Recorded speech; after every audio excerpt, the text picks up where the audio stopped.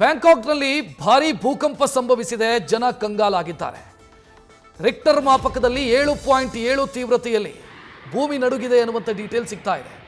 ಇನ್ನು ಕಟ್ಟಡವೊಂದು ಧರೆಗುರುಳುವಂಥ ಭಯಾನಕ ದೃಶ್ಯ ಈಗೇನು ಗಮನಿಸ್ತಾ ಇದ್ದೀರಿ, ಇದು ಭೂಕಂಪದ ಕಾರಣಕ್ಕಾಗಿರೋದು. ಮೊಬೈಲ್ನಲ್ಲಿ ಸೆರೆ ಹಿಡಿದಿದ್ದಾರೆ ಸ್ಥಳೀಯರು. ಬೃಹತ್ ಕಟ್ಟಡವೊಂದು ಧರೆಗುರುಳುತ್ತಾ ಇರುವಂಥ ದೃಶ್ಯ ಇದು. ಕಟ್ಟಡ ಧರೆಗುರುಳುವಂಥ ದೃಶ್ಯ ಸೆರೆಯಾಗಿದೆ. ಗಗನಚುಂಬಿ ಕಟ್ಟಡವೊಂದು ನೆಲಕಚ್ಚಿ ಹಲವರು ಸಾವನ್ನಪ್ಪಿರುವಂಥ ಶಂಕೆಯೂ ಕೂಡ ಈಗ ವ್ಯಕ್ತವಾಗ್ತಾ ಇದೆ. ಸ್ಥಳಕ್ಕೆ ರಕ್ಷಣಾ ಸಿಬ್ಬಂದಿ ಎಂಟ್ರಿ ಆಗಿದ್ದಾರೆ. ರಕ್ಷಣಾ ಕಾರ್ಯ ಚುರುಕಾಗಿದೆ. ರಿಕ್ಟರ್ ಮಾಪಕದಲ್ಲಿ 7.7 ತೀವ್ರತೆಯ ಭೂಕಂಪ ದಾಖಲಾಗಿದೆ.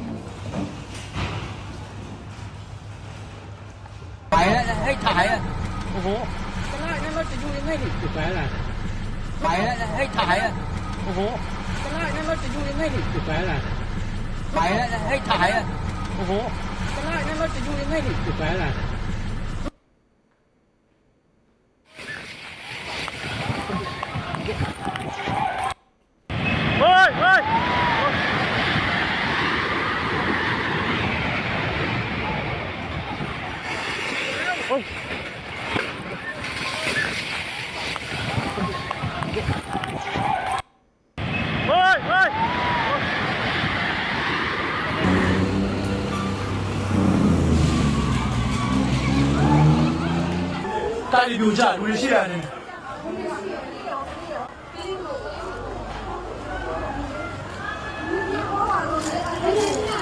危险，给俺买。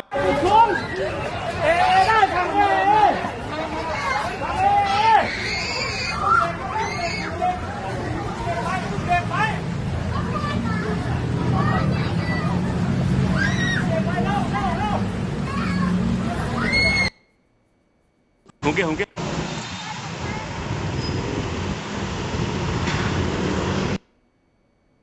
होंगे होंगे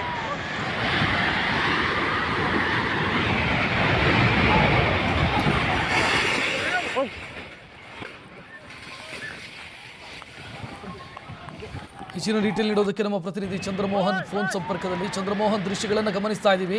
ಎಲ್ಲೆಲ್ಲಿ ಭೂಕಂಪನದ ಅನುಭವ ಆಗಿದೆ, ಏನೇನು ಸಮಸ್ಯೆಗಳಾಗಿದೆ, ಹೆಚ್ಚಿನ ಡೀಟೇಲ್ ಏನು ಕೊಡ್ತೀರಿ ಇದಕ್ಕೆ ಸಂಬಂಧಿಸಿ?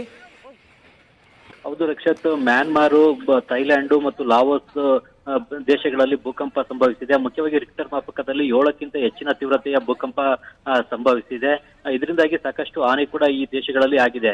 ಮುಖ್ಯವಾಗಿ ಮ್ಯಾನ್ಮಾರ್ನ ಬಿಲ್ಡಿಂಗ್ ಗಳೆಲ್ಲವೂ ಕೂಡ ಧರಾಶಾಯಿಯಾಗಿವೆ. ಅದೇ ರೀತಿಯಲ್ಲಿ ಬ್ಯಾಂಕಾಕ್ನಲ್ಲೂ ಕೂಡ, ಥೈಲ್ಯಾಂಡ್ನ ರಾಜಧಾನಿ ಬ್ಯಾಂಕಾಕ್ನಲ್ಲೂ ಕೂಡ ಬಿಲ್ಡಿಂಗ್ಗಳು ಕುಸಿದು ಬಿದ್ದಿವೆ.